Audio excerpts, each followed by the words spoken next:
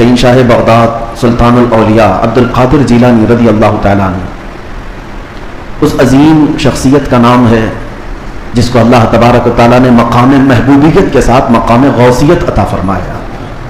औलिया इकराम में ये मकाम बहुत कम को मिला है जो सुल्तानुल औलिया शहंशाह बगदाद को मिला है, वरना औलिया में कोई ऐसा नहीं है जो मिंबर पर खड़े होकर के ये ऐलान करे कि मेरा कदम हर वली की गर्दन पर है। आला हज़रत इमाम अहले सुन्नत फाज़िल बरेलवी फरमाते हैं, जिसकी मिंबर बनी गर्दन औलिया उस कदम की करामत पे लाखों सलाम। जो वली कब्ल हुए या बाद हुए या होंगे सब अदब दिल में रखते हैं मेरे आका तेरा। गौसे पाक रज़ी अल्लाह तआला अन्हु को औलिया इकराम में ऐसा ही मकाम हासिल है कि जैसे सूरज को सितारों पर मकाम हासिल है।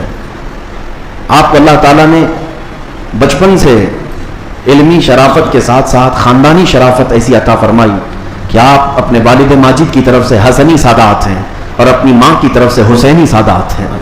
यानी इमाम हसन मुज्तबा इनके दादा हैं, इमाम हुसैन शहीद करबला नाना हैं। जिसके दादा और जिसके नाना दोनों जन्नती जवानों के सरदार हों, उस निस्बत का आलम क्या होगा।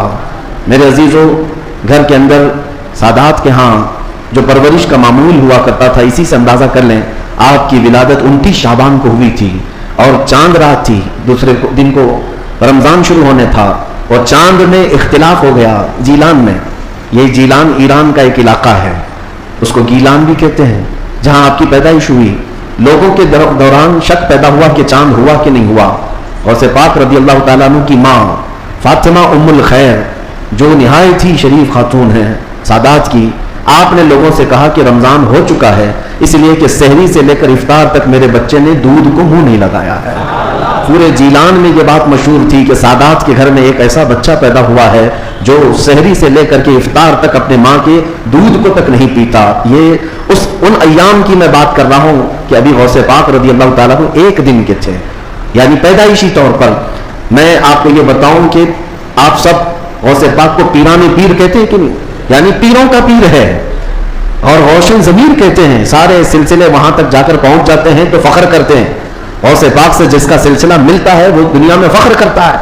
मैं ये कहता हूं कि पीरों का पीर पैदा होते ही रोजा रखता हो, और अगर कोई ढकोसला झूठा पीर ये कहता है कि हमारे ऊपर शरीयत नहीं है, तो बात ये याद रख लेना कि उसका गौसियत माँ से कोई ताल्लुक ही नहीं है। वो शैतान का मुरीद हो सकता है, रसूलुल्लाह तक ले जाने वाला रास्ता हरगिज नहीं हो सकता। मेरे आका सल्लल्लाहु अलैहि वसल्लम तक ले जाने वाला रास्ता वही है